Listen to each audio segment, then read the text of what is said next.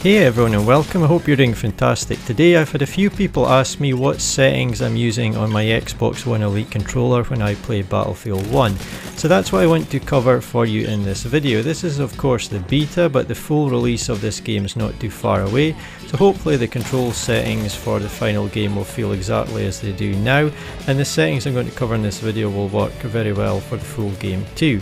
So I've got a few things to cover in this video. We've got the actual setup of the physical controller itself in terms of thumbsticks and so on. Then we've got the actual controller settings in Battlefield 1. And finally we've got the controller settings in the Xbox One accessories app.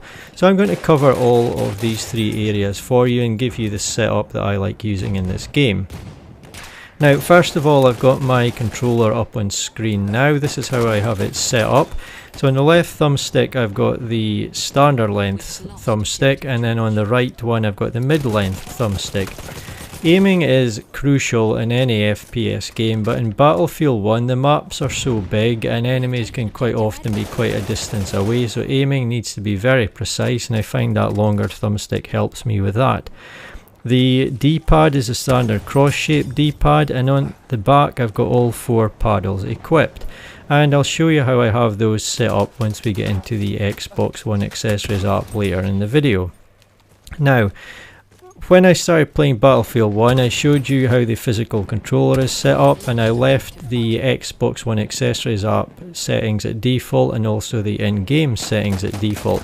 And my first impressions were that the aiming felt quite slow and also a bit heavy.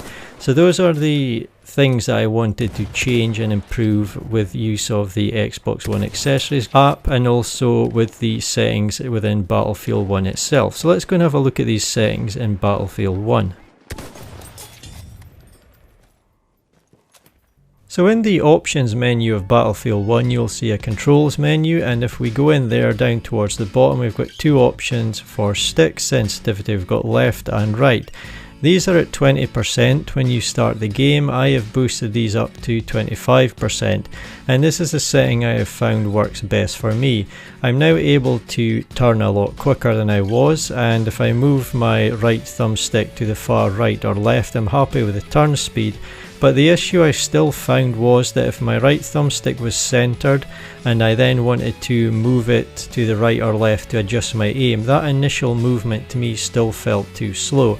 So that's where I used the Xbox One accessories app to help me out. So in the Xbox One accessories app itself, you can see my Battlefield 1 configuration. This is map to choice 1 on the slider switch there. I've also got one map to switch 2, and it is nigh on identical to this with a subtle difference. I use that specifically for sniping, and we'll cover that in just a little bit. But you can see how I've got my paddles set up there, so I've basically got my jump and mantle and crouch and so on the top two paddles, and then on the lower two paddles I'm able to reload and swap weapon. I find it very handy actually to be able to crouch quickly behind cover using the rear paddles, and that is a big asset. It's also nice to be able to jump out windows and so on quickly too, just by pressing the paddles on the back. But that's how I've got the actual paddles mapped to the buttons.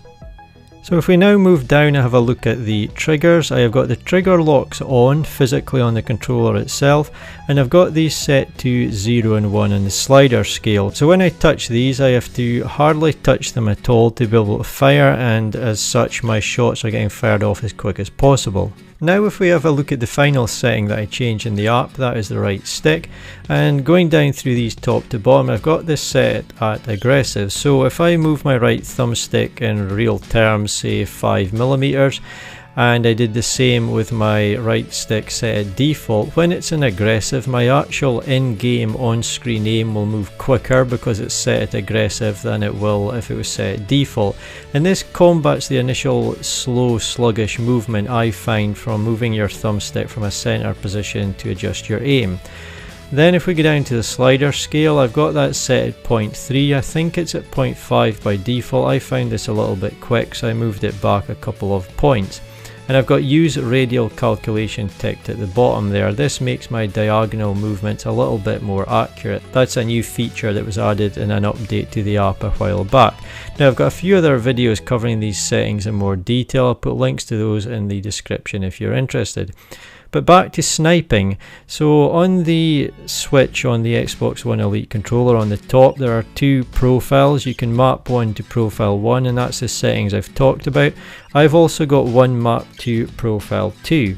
And they are nigh on identical, except the one in profile 2 is one I use for extreme long range sniping. So if I was up on some rocks or in a building and I'm not really moving about much and I'm trying to snipe enemies at extreme long range where I have to be very precise and accurate, I switch my controller to profile 2.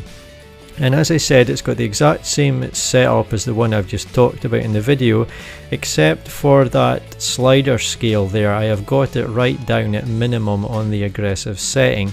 This just makes my movement a little bit slower, and it allows me to fine tune my aim on enemies, try and get those special headshots at extreme long range. So that's a very handy thing for me to be able to do mid-game without having to go into settings and adjust anything. But other than that, if I'm running around with any class or on the move or any gun, I use profile setting 1, but just if I've really found a spot I want to snipe from and I'm tackling people at long distance, I will switch it to setting 2. So that's it for this video. I hope you found this interesting, maybe gave you a few ideas that will help you out. Try these settings for yourself, see how you get on. Best of luck playing Battlefield 1, and I will see you soon for another video.